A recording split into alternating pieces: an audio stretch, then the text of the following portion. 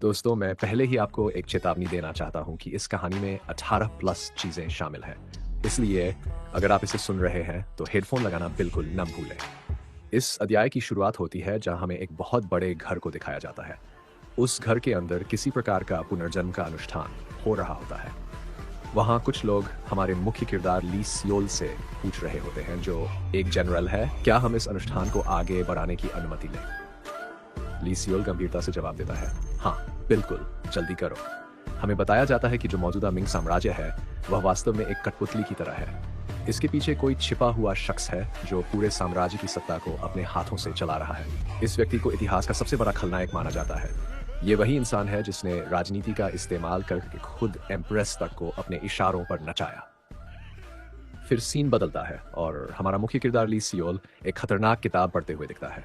वह किताब पढ़ते हुए कहता है, मैंने केवल एक मामूली राजकुमारी को महारानी बनाया है और उड़ते हुए पक्षियों को भी जमीन पर गिरा सकता हूँ, लेकिन कुछ ऐसी चीजें हैं जिन्हें मैं नहीं कर सकता।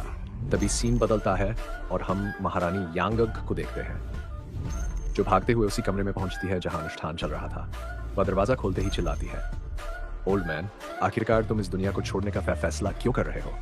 यांग रोते हुए कहती है, कृपया इस रहस्यमयी अनुष्ठान को बंद करो। आखिर तुम यंग और यांग को मिलाने के लिए इतने अडिग क्यों हो? क्या मुझ में कोई कमी है? जो भी चाहिए, धन, दौलत, जो कुछ भी चाहिए, मैं दे सकती हूँ। बस इस अनुष्ठान को बंद कर दो। इस पर गंभीरता से जवाब देता है, मौनिकन, आपने मत रोइए।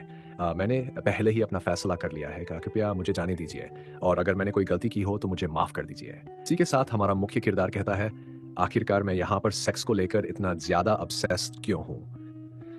हो सकता है कि दूसरे लोग इसे इतनी गहराई से ना समझ पाएं, लेकिन मेरे लिए ये बहुत ही जरूरी मुद्दा है।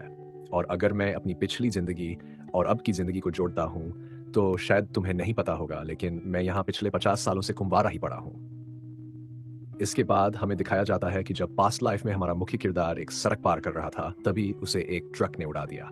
उस हादसे के वक्त उसकी उम्र 28 साल थी। फिर वह पुनर्जन्म लेकर एक 12 साल के बच्चे की बॉडी में आया, लेकिन कुछ समय बाद उसे स्लेव ट्रैफिकिंग करने वाले एक इंसान ने किडनैप कर लिया। हम देखते हैं ली जो घबराते हुए कहता है, भाई यार, उस हथियार को दूर रखो, तेरी हथियार की कसम। एक ही तो छोटू है अपना, आखिरकार तू उसे काटकर कितना छोटा करना चाहता है? लेकिन किडनैपर जो हंसते हुए कह रहा होता है, तुम चिंता मत करो, जैसे ही ये चलेगा तुम्हें बिल्कुल भी दर्द नहीं होगा, बल्कि तुम्हें ऐसा लगेगा जैसे किसी ने कैंची चला दी हो। अगले ही पल एक जोरदार चीख सुनाई देती है। ली बताता है, उस दिन उस किडनैपर ने उस कैंची को चलाकर मुझे सिग्मा मेल बना दिया, क्योंकि वह दिन कुछ ऐसा था, मंजर ऐसा था कि मेरे ही हाथों में आ गया मेरा खंजर। इसके बाद वह बताता है कि वह तीसरी राजकुमारी के साथ काम करने लगा। उसने तीसरी राजकुमारी को महारानी बनाया। वह ऐसा इसलिए कर रहा था ताकि उसे कोई ऐसा मिल सके जो उसके दर्द को समझ सके और उसके दुख का इलाज बता सके। लेकिन जब वह काम नहीं आया, तो मैंने मार्शल आर्ट्स की हर ऊंचाई तक मेहनत की और उसमें महारत हासिल कर ली। तभी हमारा मुख्य किरदार कहता है, उस दिन, और सीन अचानक बदल जाता है। एक दृश्य दिखता है जहां एक महिला थर्ड एम्परर्स के सामने कह रही थी, यहां ऐसा कुछ भी नहीं है मैजेस्टी जो मुमकिन ना हो सके। उस महिला ने एम्प्रेस को समझाते हुए कहा, एम्प्रेस, आप यहाँ पर जो कुछ भी पाना चाहती हैं, उसे पाने का एक छोटा और कठिन तरीका है, और वह है पुनर्जन्म। ये मुश्किल जरूर है, लेकिन अगर आप इसे सही तरीके से कर लें और ब्लैक मैजिक का सहारा लें, तो आप वह पा सकती हैं जिसे आपने खो दिया है। ये सुनते ही ली चौंक कर कहता है, क्या मुझे उसे पाने के लिए दोबारा जन्म लेना होगा? वह इस विचार से असहज था, लेकिन अंत मान जाता है। हालांकि उसने पहले कुछ दिनों तक इस बात को नजरअंदाज करने का निर्णय लिया, लेकिन ये ज्यादा दिन नहीं चला। एक दिन ली को पता चला कि नोबल्स लोग कई विवाह करते हैं और इसके अलावा वे अपने शौक के लिए कई कंकुबाइन भी रखते हैं। यह सुनकर ली के भीतर गुस्से और जलन की भावना पैदा हो गई। वह सोचता है, आखिरकार मुझे इनके लिए खुद को क्यों बलिदान करना चाहिए? वर्तमान समय में एक दृश्य में ली गार्ड से कहता है, उस छोटी बच्ची को यहां से ले जाओ, उसका यहां कोई काम नहीं है। एम्परर रोते हुए उसे रोकने की कोशिश करती है और कहती है, तुम ऐसा क्यों कर रहे हो? मैं किसी और को अपने पिता की तरह मरने नहीं दे सकती। ली उसकी बातों को सुनकर गंभीरता से कहता है, एक रानी बनने के बावजूद इसके नखरे अभी भी खत्म नहीं हुए। फिर वह अतीत को याद करते हुए सोचता है, वह बचपन से ही मेरे साथ ऐसी बच्चों जैसी हरकतें करती आई है, शायद इसलिए क्योंकि जब वह 5 या 6 साल की थी, तभी से मेरे साथ है। वह सोचता है, वैसे भी जब तक वह मेरे सामने रो रही थी, मैं हार मानने वाला था, लेकिन जो गलत है वह गलत है, और वह बच्ची मेरे लिए एक महिला नहीं बल्कि परिवार की तरह है। तभी वो काले जादू वाला पंडित वहां पर आगे बढ़ते हुए ली से कहता है, जनरल, मैं आपको ये बताना चाहता हूं कि इस कला, मतलब इस रिचुअल के दौरान जब इसे परफॉर्म किया जाता है तो यहाँ पर 100 में से सिर्फ एक व्यक्ति ही ऐसा होता है जो इसे सर्वाइव कर पाता है। इस पर ली पहले नीचे की ओर देखता है और गंभीर स्वर में कहता है, इसके बिना होना क्या मरने जैसा नहीं है? इसके बाद ली आदेश देते हुए कहता है, इससे कोई फर्क नहीं पड़ता, तुम लोग रिकॉर्नेशन वाले प्रोसेस को शुरू करो। ली के आदेश पर पंडित वहां पर अपना अंतिम रिचुअल परफॉर्म करने लगता है। उस रिचुअल के दौरान बाकी सारे पंडित भी मंत्र पढ़ने लगते हैं और वो सारी एनर्जी ली के अंदर समाने लगती है। ली गहरी आवाज में कहता है, अब वक्त है पुनर्जन्म का। अगले ही पल हम देखते हैं कि ली ऊर्जा के रूप में वहां से गायब हो जाता है। इसके बाद सीन बदलता है। हम उस किडनैपर को देखते हैं जो ली को उठाकर ले जा रहा था। तभी ली उसकी आवाज सुनकर धीरे धीरे अपनी आंखें खोलता है। ली उठते हुए पूछता है, आखिरकार यहाँ चल क्या रहा है और मैं कहाँ हूँ? किडनैपर जवाब देता है, तुम अभी जंगल में हो। मैं खुश हूं कि तुम्हें कोई नुकसान नहीं पहुंचा और तुम सही सलामत हो। ली उसे देखते हुए हैरान होकर कहता है, नुकसान? आखिर तुम कहना क्या चाह रहे हो? किडनैपर उसकी ओर देखता है और कहता है, तुम्हें थोड़ा बीमार सा लग रहा है, क्या तुम मेरे घर चलोगे? वो यहाँ पास ही है, ज्यादा वक्त नहीं लगेगा। ली उसे घूरते हुए बड़बड़ाता है, एक मिनट, ये यहाँ क्या कर रहा है? इसकी तो मौत हो चुकी थी ना? एक मिनट, अगर वो रिचुअल सच में सफल हो चुका है और मैं समय में पीछे आ गया हूं तो जल्दी से देखना होगा कि जिसके बाद ली नीचे देखते हुए कहता है, फाइनली यहाँ पर अभी भी सब ठीक है। तभी किडनैपर कहता है, क्या तुम्हें नीचे चोट लगी है? कहो तो मैं तुम्हारी मदद कर दूं। इस बात को सुनते ही ली एकदम हैरान हो जाता है और मन ही मन सोचता है, क्या सच में ये मेरी मदद करना चाहता है? तभी ली एक क्रीपी सी स्माइल देते हुए कहता है, क्यों नहीं, तुमने पहले ही मेरी इतनी मदद कर दी है, अब मेरा वक्त है। इसके बाद ली किडनैपर से कहता है, मास्टर, थैंक यू जो आपने मेरी जान बचाने में मदद की। क्या आप मुझे थोड़ा खड़ा होने में मदद करेंगे? किडनैपर ली को उठाते हुए कहता है, कितना बुरा है कि एक छोटा सा बच्चा यहाँ पर जख्मी हो गया। अगर तुम्हें कोई दिक्कत न हो तो मेरा पास में एक घर है, क्या तुम वहां चलोगे? ली ये सुनकर हल्की मुस्कान देते हुए कहता है, क्यों नहीं। फिर ली उसकी उंगलियां पकड़ते हुए कहता है, ताकि तुम मुझे दोबारा स्लेव के तौर पर वहां बेच सको। सही कहा ना? ये सुनते ही किडनैपर हैरानी से कहता, फिर तुम्हें कैसे पता? मैंने तो अभी इसे लेकर पूरा प्लान भी नहीं बनाया। तभी ली उसके हाथ मोड़ते हुए कहता है, भले ही मैं पास्ट में वापस आ चुका हूं, लेकिन इसका मतलब ये नहीं है कि मुझे अपनी मसल आर्ट्स याद नहीं। वैसे भी तुमने पहले मेरे साथ जो किया था, अब ये नामुमकिन है। मेरी मसल आर्ट्स की बदौलत तुम जैसे यूजलेस इंसान मुझे टच भी नहीं कर सकते। फिर ली उसके गले को चोक करते हुए कहता है, अब तुम्हें सबक सिखाने का समय आ गया है। किडनैपर दर्द से कहता है, तुम मेरे साथ ऐसा क्यों कर रहे हो? ली गुस्से में कहता है, यह मेरी पास्ट लाइफ का रिवेंज है। जब मुझे पता चला था कि कुछ लुटेरों ने तुम्हें चाकू से मार दिया तो मुझे बहुत दुख हुआ, लेकिन अब मैं खुद तुम्हें अपने हाथों से सबक सिखाऊंगा।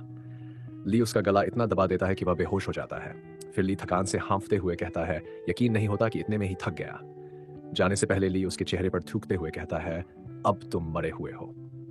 फिर हम बड़े वाले ली को देखते हैं जो कहता है, पैसा, पावर, मनी, ये सब तुम्हें आत्मशांति नहीं दे सकते, ये केवल खुद से मिलती है। लेकिन अब मेरा पास्ट पहले जैसा नहीं है। अब मेरे पास सब कुछ है और इससे कोई फर्क नहीं पड़ता।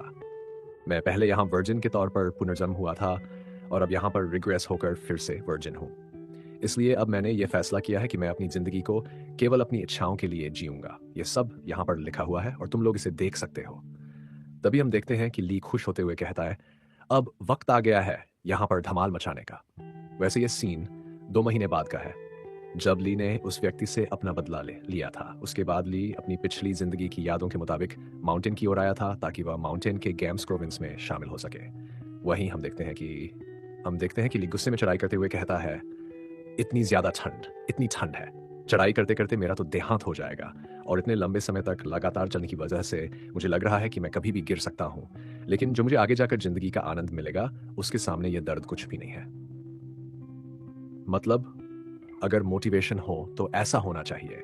तभी हम देखते हैं कि ली थोड़ा सा शर्माते हुए कहता है, एक बार मैं अपनी वह स्टेज हासिल कर लूं जो मेरी पिछली जिंदगी में थी, तब मैं पूरी दुनिया में धमाल मचा दूंगा। फिर भी ली सोचता है, लेकिन इस तरह इच्छाओं में डूबना बहुत गलत होगा। मुझे थोड़ी ट्रेनिंग की जरूरत है ताकि मैं अपने इस कीमती वक्त को कहीं और भी इन्वेस्ट कर सकूं। वह आगे कहता है, मैं नहीं चाहता कि मैं सिर्फ फिजिकल प्लेजर के लिए लड़कियों के पीछे भागूं। मेरा असली लक्ष्य यह है कि मैं उनके साथ मेंटली और फिजिकली दोनों तरह के सुख को बराबर एक्सचेंज कर सकूं। इसी को सच्चा प्यार कहते हैं। वैसे ली ने जान तो अच्छा दिया, लेकिन उसकी मुस्कान में सच्चा प्यार कम और इच्छाएं ज्यादा दिख रही थीं। ली आगे बताता है कि वह ऐसी ऊंचाई तक पहुंचना चाहता है जहां उसके पास अपार धन दौलत और शोहरत हो, साथ ही उसका एक छोटा सा हरम भी हो ताकि उसकी जिंदगी मजेदार हो सके। तभी वह कहता है, तुरहीवार के पुनर्जन्म के दौरान मैंने, जैसा कि अन्य मार्शल आर्टिस्ट करते हैं, मरने के बाद के लिए अपनी कब्र में काफी सारी संपत्तियां तैयार करके रखी थी, लेकिन वह सब कुछ बर्बाद हो चुका है। जिसके बाद ले यहाँ पर कहता है, मैं और सियो चंग, जो कि पास्ट में रॉयल फैमिली के इंटरनल अफेयर्स संभाल रहे थे, अब मैं ये देखने के लिए क्यूरियस हूँ कि आखिरकार वो लोग इसे अब किस तरीके से संभालते हैं। लेकिन मुझे ऐसा लगता है कि अपनी फ्यूचर की नॉलेज और अपनी मास लाट की वजह से मैं अपने लिए एक नया रास्ता बना सकता हूँ, शायद किसी हीरो का, क्योंकि इस तरह की नॉलेज के साथ ये बनना मुश्किल नहीं होगा। तभी हम देखते हैं ली थोड़ा कंफ्यूज होते हुए कहता है, अरे नहीं, मेरी वही पुरानी आदत, जैसे ही मैं खुश होता हूँ मैं बिना बात के हंसने लगता हूँ। और ऐसा कहने के साथ ही ली जोर जोर से हंसने लगता है। इसके बाद हम देखते हैं कि ली उस जॉइंट सेक्ट में आ जाता है जो अभी पूरी तरह बिखरा हुआ था। उसे देखते हुए वह कहता है, मैं इसे ज्वाइन करने वाला हूँ। और ऐसा कहने के साथ ही वह अंदर बैठे हुए व्यक्ति को बुलाने लगता है। तभी हम देखते हैं अंदर एक मास्टर बैठे होते हैं जो आवाज सुनते ही कहते हैं, ये किसी बच्चे की आवाज लग रही है, और बाहर भागते हुए कहते हैं, कैसे हो सकता है कोई बच्चा इतनी ठंड में यहां तक पहुंच जाए। जब वो मास्टर बाहर जाकर देखता है तो ली को देखता है। ली अपने मुंह में और ज्यादा हवा भर रहा था ताकि जोर से चिल्ला सके। तभी ली चिल्लाते हुए कहता है, मेरा नाम ली सल है। मैंने अपने पेरेंट्स को उन डाकुओं की वजह से खो दिया था, और अब मैं यहां आया हूं ताकि मैं स्ट्रांग बन सकूं। इसलिए मास्टर, मैं चाहता हूं कि आप मुझे अपने शिष्य के तौर पर स्वीकार करें। इसी के साथ ली हमें उस क्लान के बारे में बताने लगता है। वह कहता है, यहाँ पर 3 क्लान मिलकर इस सेक्ट को बनाते हैं। पहला दाओइज्म, दूसरा बौद्ध धर्म और तीसरा कन्फ्यूशियनिज्म। और ये जो आइस वाला सिंबल है वह इसी की बात कर रहा है। इसके बाद ली बताता है, जिंग्यू की बुरी ताकतों का सामना करने के लिए यह मार्शल आर्ट परफेक्ट है। ये तुम्हें सिखाता है कि खतरों के सामने डटे रहो। जब कोई आम व्यक्ति इसे पहली बार देखेगा तो उसे लगेगा कि कोई डेमोनिक कल्ट है या डाकुओं के रहने का कोई ठिकाना। लेकिन अगर तुम सोचते हो कि तुम इसे अंडर एस्टिमेट कर सकते हो तो तुम गलत हो। और इसी के साथ कहानी आगे बढ़ती है। अचानक से वहां एक शख्स अपनी लैंडिंग के साथ पहुंचा। उसकी लैंडिंग इतनी तेज थी कि उसने बहुत ही बड़ा विंड प्रेशर क्रिएट कर दिया। जैसे ही वो शख्स ली के पास आया, उसने गुस्से भरे लहजे में पूछा, क्या तुम्हें अपनी जिंदगी की कोई परवाह नहीं है? तुम इतनी बेवकूफी के साथ इस खतरनाक पहाड़ पर चढ़ने की हिम्मत कैसे कर सकते हो? ली ने शांत और आत्मविश्वास भरे स्वर में जवाब दिया, अगर मैं बिना किसी परेशानी के जॉइंट सेक्ट में शामिल हो सकता हूं तो मेरे लिए इस माउंटेन पर चढ़ना कोई बड़ी बात नहीं है। फिर उसने अपनी बात आगे बढ़ाई, क्या मैं आपका शिष्य बन सकता हूं? ली की यह बात सुनकर वह शख्स हैरान रह गया। उसने गंभीरता से ली को देखा और कहा, अपना हाथ आगे करो। ली ने तुरंत अपना हाथ आगे किया। उस शख्स ने ली के हाथ को ध्यान से जांचा और मन ही मन सोचा, इसके शरीर के अंदर नेचुरल एनर्जी सर्कुलेट कर रही है जो प्योर एनर्जी को बाहर फेंक रही है। क्या तुमने इसी ग्राउंडिंग मास्टर आर्ट का इस्तेमाल करके इस पहाड़ पर चढ़ाई की है? उसने ली से कहा, ग्राउंडिंग टेक्निक एक ऐसी टेक्निक है जिससे तुम अपनी फाउंडेशन और कल्टीवेशन एनर्जी का इस्तेमाल करके अपनी ताकत बढ़ा सकते हो। यह तुम्हारे डेंटिन को मजबूत करने के साथ साथ तुम्हारी कोर स्किल्स को भी बेहतर बनाती है। जैसा कि मैं देख पा रहा हूं, तुमने इसे सीख लिया है। इसका मतलब है कि तुम कोई टैलेंटलेस व्यक्ति नहीं हो। और हां, हो सकता है कि यह तुम्हें तुम्हारे माता पिता ने सिखाया हो। ली ने हल्की मुस्कान के साथ मन में कहा, असल में मुझे यह सब तो इसी शख्स ने सिखाया था, लेकिन जब ये खुद ऐसा कह रहा है तो मैं मान ही लेता हूं। हालांकि मैंने सुना था कि इस टेक्निक को प्रैक्टिस करने से स्टेमिना लंबे समय तक बढ़ता है। उस शख्स ने अपनी पहचान बताते हुए कहा, मेरा नाम जियोंग है। मैं गोंगडोंग सेक्ट का सबसे युवा लीडर हूं। यहाँ सर्वाइवल प्रोसेस की रिक्वायरमेंट्स बहुत इंटेंस है, लेकिन तुम्हारा इस माउंटेन पर चढ़ना यह साबित करता है कि तुम्हें पर्याप्त टैलेंट है। तुम हमारे गोंगडोंग सेक्ट में शामिल हो सकते हो। ली ने यह सुनकर खुशी से हंसते हुए सोचा, यह सब कुछ मेरे प्लान के मुताबिक हो रहा है। वैसे भी गोंगडोंग सेक्ट में फिलहाल कोई शिष्य नहीं है और यह सेक्ट लगभग खत्म हो चुका है, तो ये मुझे अपना शिष्य बनाने से इनकार नहीं करेंगे। फिर ली ने आत्मविश्वास के साथ कहा, मुझे अपनी प्रैक्टिस को और बेहतर बनाने के लिए और कठिन एक्सरसाइज की जरूरत है। मैं अपना गार्ड डाउन नहीं कर सकता। वैसे भी फिलहाल यह सेक्ट किसी काम का नहीं है, लेकिन मैं इसे और खुद को बेहतर बना सकता हूँ। लेकिन जो इसकी मास्टर कला है वो इसे जल्दी से इस सेक्ट को यहाँ पर सबसे बड़े 9 सेटों में से सबसे बड़े सेक्ट के स्थान पर पहुंचा देगी। यहाँ पर यह सेक्ट डिम्स के खिलाफ युद्ध के अंदर एक बेहतरीन सेक्ट के तौर पर जाना जाएगा। हालांकि ये भी हो सकता है कि देखने में यह सेक्ट बहुत ज्यादा खराब लगे, लेकिन ये कभी पहले बहुत ज्यादा प्रसिद्ध सेक्ट हुआ करता था। तभी जिंगली को बुलाते हुए कहता है, चलो मैं तुम्हें इस सेक्ट के एक पुराने और फॉर्मल शिष्य से मिलवाता हूँ। इसके अलावा तुम्हें इस सेक्ट के थोड़े नियम भी समझा देता हूँ। जब ली इस बात को सुनता है कि इस सेक्ट में बस एक ही शिष्य है तो वह खुश होकर कहता है, यहाँ पर जितने कम शिष्य होंगे उनके सुधारने के मौके उतने ज्यादा होंगे। कितना बेहतर है। अगर इसे देखा जाए तो मैं दूसरों से पहले यहाँ पर बहुत जल्दी एक बड़ा और ऊंचाई पर पहुंचा हुआ मास्टर कलाकार बन जाऊंगा, और इस दौरान मेरे प्रतिस्पर्धा के लिए कोई प्रतिद्वंदी भी नहीं होगा। ये तो कम पैसे में ज्यादा मुनाफा पाने जैसा है। बिल्कुल। इसके बाद जिंग एक जगह पहुंचकर कर युंग नाम की एक लड़की को बुलाता है। वहां पर वो क्या कहता है, देखो हमारे सेक्ट को ज्वाइन करने के लिए ली नाम का एक नया शिष्य आया है। जैसे ही जिंग इतना कहता है वहां पर हवा में कुछ हलचल होने लगती है। तुरंत ली दबाव को संभालते हुए कहता है, ऐसा लग रहा है जैसे किसी की तलवार निकल रही हो। अगले ही पल हम वहां पर देखते हैं कि एक लड़की की एंट्री होती है। ली उसे देखकर हैरानी से कहता है, क्या ये इंसान है? और हम देखते हैं कि वहां एक खूबसूरत लड़की खड़ी है जिसका नाम हायु है। वह ली से मुस्कुराकर कहती है, तुमसे मिलकर अच्छा लगा साथी शिष्य। ली उसे देखकर मन ही मन सोचता है, नामुमकिन, इतना सुंदर लड़का, वो भी यहाँ। पास्ट लाइफ में उस कमीने ने इसकी जो तस्वीर बनाई थी वो तो बेहद घटिया थी। आखिर उसने ऐसा क्यों किया था?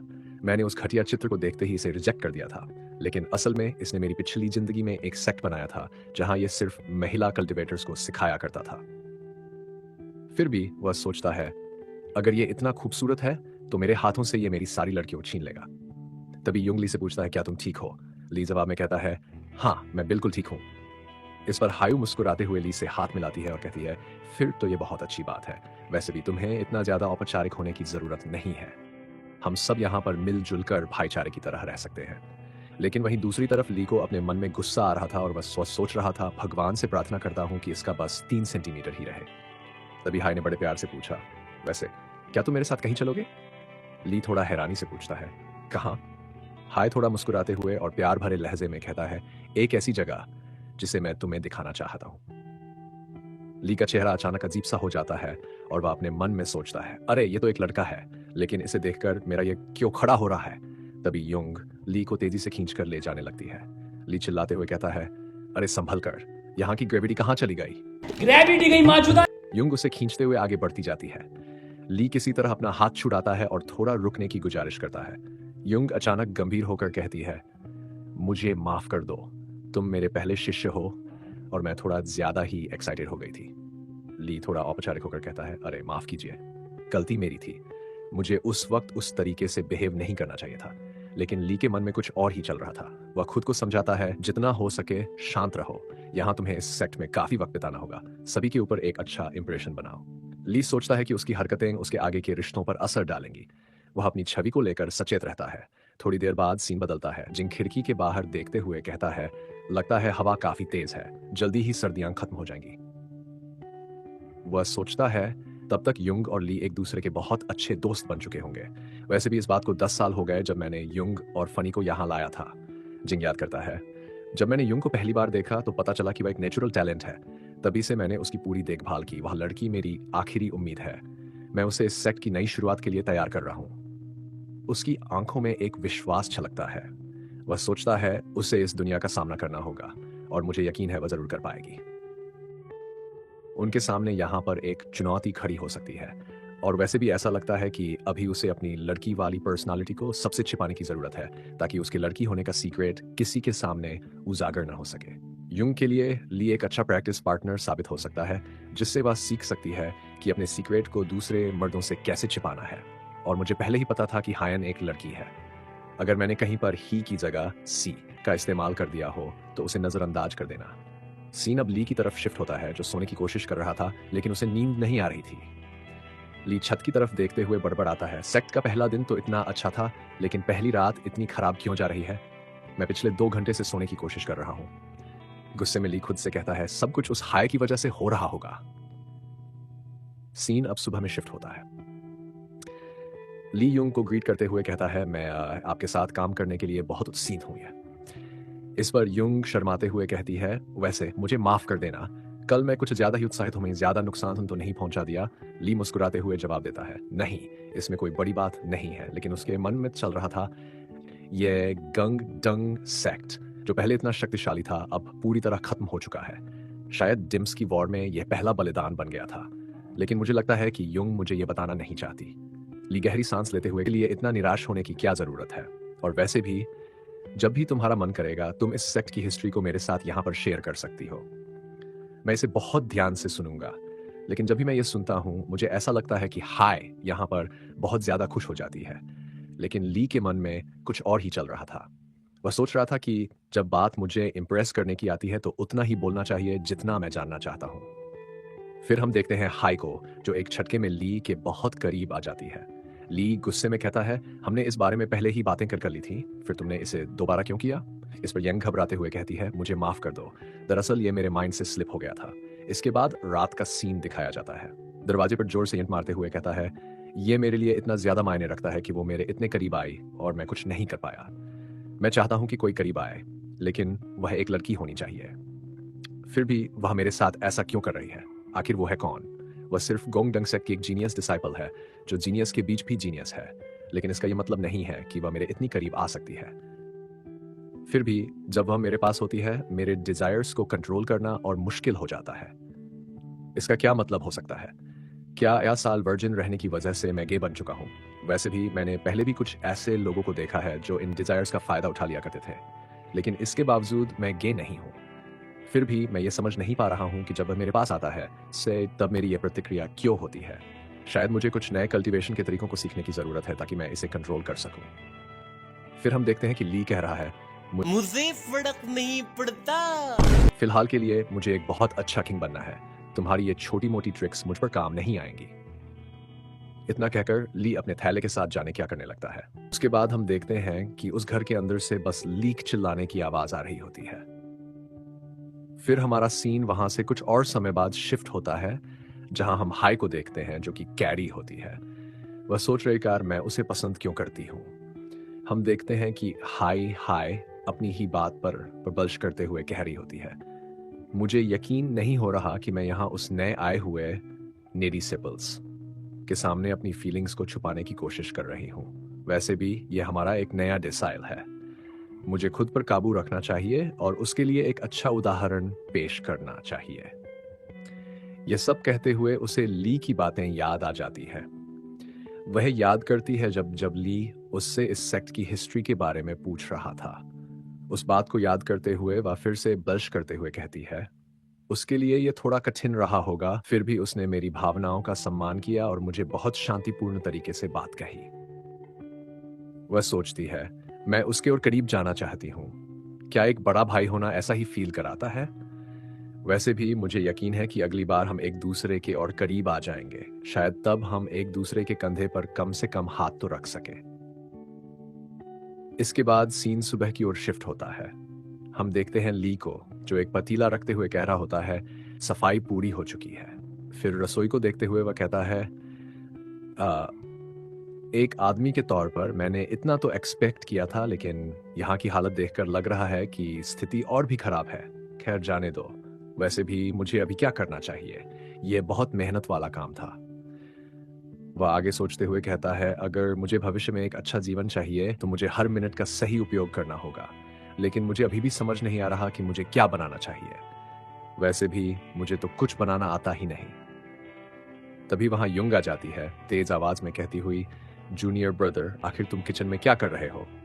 ली उसकी आवाज सुनकर घबरा जाता है और तुरंत बल्श करने लगता है। वह हड़बड़ाते हुए हाय को हेलो कहता है। युंग आगे बढ़कर कहती है, क्या तुम यहां अपना नाश्ता बना रहे हो? लाओ मैं तुम्हारी मदद कर देती हूं। ली घबराते हुए कहता है, हाँ, कुछ ऐसा ही, लेकिन मैं इसे खुद संभाल लूंगा, आप चिंता मत कीजिए। यह कहने के बाद सीन वहीं समाप्त होता है। यहाँ पर अपने उसी प्यारे से चेहरे के साथ कह रही होती है, मैंने यहाँ पर तुम जैसा कमाल का पर्सन अब तक नहीं देखा, जो खुद की चीजें खुद ही करना चाहता है। बट तुम यहाँ पर जिंदा मत करो। अगर मैं तुम्हारी मदद करती हूँ तो चीजें यहाँ पर जल्दी ही खत्म हो जाएंगी। लेकिन हम देखते हैं ली को, जिसकी कंडीशन बहुत ज्यादा बुरी थी और उसके मन में अभी ये चल रहा था कि मैं यहाँ पर कोई गे नहीं हूँ, बट फिर भी यहाँ पर इतनी ज्यादा खूबसूरत कैसे है। वैसे भी वो जितनी खूबसूरत है, अगर मैं उसका आधा भी खूबसूरत होता तो मुझे इतनी सारी प्रॉब्लम्स नहीं उठानी पड़ती। इसके बाद ली युंग से कहता है, मैंने यहाँ पर बचपन में ही अपने मॉम डैड को खो दिया था, तो तुम मेरी इतनी परवाह मत करो, मैं यहाँ पर खुद को किसी ना किसी तरीके से संभाल लूंगा। इस पर युंग कहती है, तुम इतने सीरियस मत हो जाओ, मैं भी तुम्हारी तरह एक ऑर्फन हूँ। तो इसका मतलब ये है कि हम दोनों एक ही नाव में सवार हैं और मुझे तुम्हारी मदद करनी है। हम देखते हैं कि जिन बातों को सुनते हुए ली कह रहा होता है, वो यहाँ पर कल से ही मुझसे माफी मांग रहा है। क्या इसका मतलब ये है कि वो मुझे बताना चाहता है कि उसका कैरेक्टर कितना अच्छा है? इसके बाद हांग कहती है, मेरे पास थोड़ा एक्सपीरियंस है, तो मैं तुम्हारे लिए वेजिटेबल्स तैयार कर देती हूँ, और बाकी की चीजें तुम खुद ही संभाल लेना। इस पर ली हाँ करता है। ली के मन में ये ख्याल आता है, मुझे रोकना मेरे लिए नामुमकिन था। लेकिन वैसे जहां तक मुझे याद आ रहा है, जो शॉर्ट सेन थे उनकी एक छोटी बहन थी, ना कि कोई बड़ा भाई था, जो बहुत सुंदर था। तो मैं उम्मीद करता हूं कि किसी दिन उसे सफेद फूलों में जरूर देखूंगा। ली यहाँ पर फ्यूचर के शॉर्ट जेन की बात कर रहा होता है, जो कि युंग हो सकती है, और मे भी हो सकता है कि युंग यहाँ पर फ्यूचर में दो आइडेंटिटी के साथ जिंदा रहती हो। बैक टू कमिक, हम देखते हैं कि ली कह रहा होता है यहाँ पर बस फ्यूचर की बात है, और वैसे भी अभी इस फ्यूचर के आने में बहुत ज्यादा वक्त है, तो मुझे इस बारे में इतना नहीं सोचना चाहिए। तभी हम देखते हैं हांग कह रही होती है, तुम्हें तैयार हो जाना चाहिए सब्जियों को गर्म पानी में धुलने के लिए। इस पर ली कहता है, आप चिंता मत कीजिए, मैं इसे आराम से कर लूंगा। इसके बाद हम देखते हैं कि ली एक बर्तन में पानी लेता है और फिर एक चीज में पानी डालते हुए हमें बता रहा होता है, मेरा युंग के साथ फ्रेंडशिप करने का कोई इरादा नहीं है। वो यहाँ पर ऐसा इसीलिए कर रहा है ताकि वो भविष्य में जो नियम पर लागू होने वाले हैं उनका इस्तेमाल कर सके, और मैं यहाँ पर उसके नाम की मदद से यहाँ पर हर औरत को लुभा लूंगा। तो अगर यहाँ पर इसके देखा जाए तो ये निवेश मेरे लिए इतनी बुरी भी नहीं है। तभी हम देखते हैं ऊपर वाली यहाँ पर टूट जाती है और एक बर्तन पर ली के ऊपर गिरने लगता है। ली उस बर्तन को अपने ऊपर गिरते हुए देखकर हैरान था, लेकिन वो समय पर कोई प्रतिक्रिया नहीं कर पाता और घबराहट की वजह से बस अपनी आंखें बंद कर लेता है। फिर हम देखते हैं कि येंग ने ली को बचा लिया था और वो पूछ रही होती है, क्या तुम ठीक हो? इस दौरान हम देखते हैं कि येंग ली के काफी करीब आ चुकी थी। ली उसे देखकर सोचता है, आखिरकार क्यों मैं यहाँ पर कोई गे नहीं हूं, लेकिन मैं इसे अब नोटिस कर पा रहा हूं कि वो किसी गुलाब की तरह खूबसूरत है। सच में अगर उसे करीब से देखा जाए तो कहीं से भी ऐसा नहीं लगता कि वो कोई लड़का है। लेकिन फिलहाल मुझे लगता है कि मुझे इस स्थिति में खुद को थोड़ा संभालना चाहिए। फिर से पढ़ो। जैसे कि चैप्टर की शुरुआत में हम देखते हैं कि येंग, जो ली को गिरने से बचा लेती है, ली को संभालते हुए कहती है, तुम तो बहुत हल्के हो, जितना कि तुम दिखते हो उससे भी ज्यादा। ली इस स्थिति को देखकर हैरान था और मन ही मन कहता है, यंग के इतना करीब होने से ये किसी जंगल में खिले फूल की तरह लगता है। तभी ली को यंग के साथ एक अजीब स्थिति का सामना करना पड़ता है, जिसके बाद ली चिल्लाते हुए कहता है, तुम मेरे इतना करीब क्यों हो? इस पर हायुंग घबराते हुए कहता है, यह बस एक गलतफहमी थी। ली कहता है, गलतफहमी? कैसी गलतफहमी? जो तुम यहाँ पर शर्म महसूस कर रहे हो वो चीजें और भी अजीब बना रही हैं। हायुंग ली को शांत करते हुए कहता है, तुम इतना गुस्सा मत करो, जाओ यहाँ से, मैं खुद ही खाना बना लूंगा। वैसे भी अब जब इतना कुछ हो चुका है, मुझे लगता है कि तुम्हें थोड़ी देर आराम करना चाहिए। फिर हम देखते हैं कि येंग गुस्से में अपने मन में सोचती है, आखिरकार ये मेरा जूनियर ब्रदर कैसे हो सकता है? ये तो मुझे खत्म करने वाला था और इसका ये रिएक्शन ऐसा लगता है जैसे वो कोई सीनियर सिस्टर हो। फिर ली बर्तन उठाते हुए हायुंग से कहता है, वैसे मुझे पता है तुम्हारे पास और भी बहुत सारे काम होंगे, तो तुम अभी के लिए जा सकती हो। मैं यहाँ पर सेक्ट का यंगेस्ट डिसिपल हूँ, तो मैं इसे खुद संभाल लूंगा। हायुंग कहती है, तुम सही कह रहे हो। वो यहाँ पर शर्माते हुए खड़ी थी और फिर वो आगे बढ़ते हुए एक बाउल उठाती है और उसे पल्ली के पास लेकर जाते हुए कहती है, मैं फिर भी तुम्हारी मदद करना चाहती हूँ क्योंकि तुम मेरे अकेले जूनियर भाई हो। यह सुनकर ली शर्मा जाता है। फिर सीन शिफ्ट होता है और हम गोंगडंग सेक्ट के बैंक्वेट हॉल को देखते हैं, जो पूरी तरह से टूट चुका है। वहीं हम जियोंग को देखते हैं, जो ली से पूछ रहा है, तुम्हें क्या लगता है असल में मार्शल आर्ट की असली ताकत क्या है? जियोंग बताता है, कई लोगों के लिए ये इनर स्ट्रेंथ होती है, लेकिन कई लोग इसे एक्सटर्नल स्ट्रेंथ के रूप में देखते हैं। मगर तुम्हारी जो ताकत है वो तुम्हारे चेहरे पर दिखती है और असल ताकत यही है। असल में असली ताकत बाहर और अंदर की ऊर्जा का बैलेंस है। अगर तुम इसे बैलेंस कर पाते हो तो ये किसी भी मार्शल आर्टिस्ट का सबसे बड़ा टैलेंट हो सकता है, लेकिन इसके लिए मेहनत जरूरी है, कोई शॉर्टकट नहीं है। ली इस पर कहता है, मैं अपनी पूरी मेहनत करूंगा, और जियोंग कहता है, ठीक है, मेहनत कर, मैं तुम्हारी सीनियर सिस्टर को भेज दूंगा, वो बाकी सिखा देगी। लेकिन ली खुश हो जाता है, सोचता है यह ट्रेनिंग मेरे स्टैमिना के लिए बहुत अच्छी होगी। वह सोचता है कि इस ट्रेनिंग से उसकी विटालिटी एक अलग ही लेवल पर पहुंच जाएगी और वह एक सेड्यूस करने वाली कला भी सीखने की कोशिश करेगा ताकि वह और भी बेहतर हो सके। ली बताता है, इन सब चीजों में सबसे बड़ी समस्या मेरी कमजोर बॉडी है, न कि मेरी स्ट्रांग मेंटालिटी। देखा जाए तो ये ट्रेनिंग उतनी भी हार्ड नहीं है और 2 महीने में ही मुझे काफी अच्छे रिजल्ट मिले हैं। वह अपने पुराने जिम ट्रेनर को याद करते हुए कहता है, कहीं ऐसा तो नहीं कि मेहनत करने से मेरी बॉडी कुछ ज्यादा ही बड़ी हो जाएगी? ली अपने पुराने जीवन को इमेजिन करता है कितना भी कोशिश करता पर वह फीलिंग कभी नहीं मिल पाई सिवाय शर्मिंदगी के। वह फिर कहता है, मैंने इसलिए एक ऐसा मार्शल आर्ट सीखा था जिसे सीखने के लिए तुम्हारा गे होना जरूरी था, नहीं तुम खुद अपनी ही लस्ट में खत्म हो जाते। हाँ, ये मार्शल आर्ट थोड़ी गर्मी दे सकता है, लेकिन चारों तरफ आग लगाने के लिए काफी है, क्योंकि ये स्पिरिचुअल एनर्जी को ही खत्म करता है। लेकिन क्या फायदा, मैंने इसकी मदद से एक पूरा साम्राज्य बना लिया और फिर भी अकेला अल्फा मेल बन गया। तभी युंग आ जाती है और ली उसे देखकर कहता है, सीनियर ब्रदर, आखिरकार आप आ गए। युंग कहती है, दरअसल मास्टर ने कहा था कि तुम्हारी आज की ट्रेनिंग खत्म हो गई है, तो मैं तुम्हें लेने आया था। पर ली भी टाइम देखते हुए कह रहा होता है कि हाँ, मुझे भी लगता है जाने का वक्त हो चुका है। इसी के साथ हम देखते हैं ली यहाँ पर अपने मन के अंदर कह रहा होता है कि वो अपनी फिजिकल लिमिट को इतना पुश करना चाहता है कि वो यहाँ पर एक लस्ट वॉरियर बन सके। लेकिन इतना जल्दी यहाँ पर बीतते हुए टाइम को देखते हुए लग रहा है कि अभी इसके अंदर और भी बहुत ज्यादा टाइम लगने वाला है, जहां पर येंग यहाँ पर ले को लेने के लिए आई थी। बट वो यहाँ पर लीको को सोचता हुआ देखकर थोड़ी कंफ्यूज थी। जिसके बाद जो हमारा सीन है वो रात का शिफ्ट होता है गंगडंग माउंटेन का, जहां पर हम देखते हैं लीको जो कि बहुत ज्यादा ऊंचाई से जंप करने के बावजूद नीचे आराम से लैंड करता है और वो खड़ा होते हुए कह रहा होता है, अब यहाँ पर वक्त है उन कमियों को ठीक करने का जो कि यहाँ पर मेरे पास है। मैं उन्हें सीक्रेट ठीक करूंगा, क्योंकि मैं दिन भर की ट्रेनिंग से यहाँ पर इसे इतना जल्दी ठीक नहीं कर सकता। जहां पर ली कहता है कि वक्त यहाँ पर उसे उसकी एंडोरेंस को इंक्रीज करने का। जिसके बाद ली यहाँ पर थोड़ा स्ट्रेचिंग करते हुए कहता है, मैं यहाँ पर बस थोड़ा मास्टर के लिए वर्ड हूँ, क्योंकि यहाँ पर उन्हें लगता है कि अगर मैं यहाँ पर अपनी बॉडी को ज्यादा फोर्स कर रहा हूँ और ज्यादा ट्रेनिंग करके, तो वो यहाँ पर मुझे तुरंत मना कर देंगे, क्योंकि उनके हिसाब से उन्होंने मेरी ट्रेनिंग का पहले से ही शेड्यूल बना रखा है।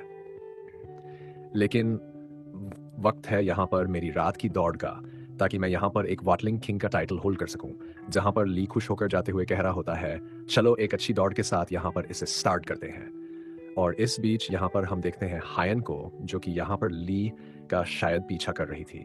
जहां पर ली जैसे ही इसे नोटिस करता है उसके चेहरे पर 12 बज जाते हैं और ली यहाँ पर इतनी बुरी फट जाती है कि वो सिर्फ 3 बार रोल करते हुए गिरता है। और ली यहाँ पर किसी तरीके से खुद को संभालता है और उठते हुए कह रहा होता है, भाई तू यहाँ पर क्यों है? तभी यहाँ पर येंग आगे बढ़ते हुए कहती है ली से, मैं तुम्हें यहाँ पर वन करने के लिए आया हूँ। तुम यहाँ पर बबलिन से बाहर आकर क्या कर रहे हो? क्या यहाँ पर कोई किसी तरीके की एक्सटर्नल ट्रेनिंग? लेकिन जैसा कि मास्टर ने कह दिया था कि तुम यहाँ पर अपनी बॉडी को लिमिट से ज्यादा पुश करते हो, तो ये तुम्हारे लिए हार्मफुल हो सकता है। तो आखिरकार तुम यहाँ पर ये सब कुछ जानने के बावजूद भी यहाँ पर क्या करने के लिए आए थे? जहां पर लीहाई की बात को सुनते हुए कह रहा होता है, डेम इट, इसने मुझे पकड़ लिया। अगर मेरे पास वैसे कभी 1 साल की और की आई होती तो मैं यहाँ पर सीनियर ब्रदर की प्रेजेंस को आराम से सेंस कर लेता। जिसके बदले यहाँ पर थोड़ा गुस्सा होते हुए अपने मन के अंदर कहता है, अगर मैं इसे नहीं संभालता हूँ और उसने यहाँ पर इसे मास्टर को बता दिया, तो मेरी जो रात की ट्रेनिंग है उसे यहाँ पर बंद कर दिया जाएगा और इसकी वजह से मैं यहाँ पर जो मेरा डिक है उसके ब्लड फ्लो को और ज्यादा बढ़ा नहीं पाऊंगा। इसका मतलब है कि मैं यहाँ पर अपनी ताकत को बहुत ज्यादा कम कर दूंगा। इसी समय वह खड़ा होकर कह रहा होता है, सीनियर ब्रदर, मुझे माफ कर देना कि आप मेरे लिए इतने परेशान हैं,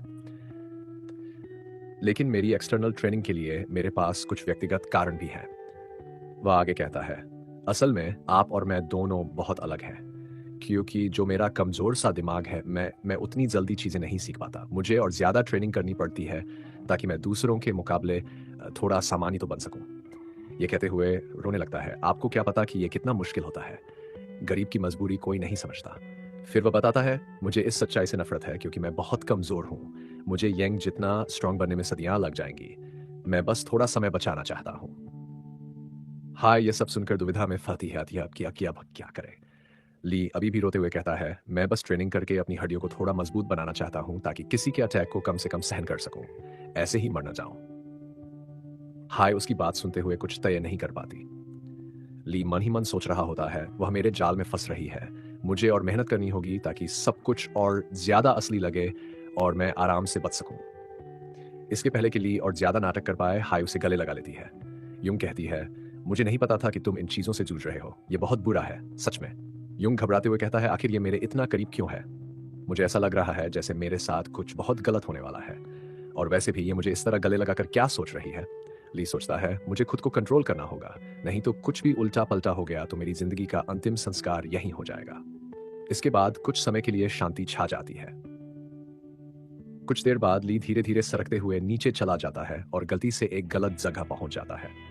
हैरान होकर वह सोचता है यह चीज इतनी सॉफ्ट कैसे हो सकती है। सीन थोड़ा बदलता है और हाय का पास्ट दिखाया जाता है।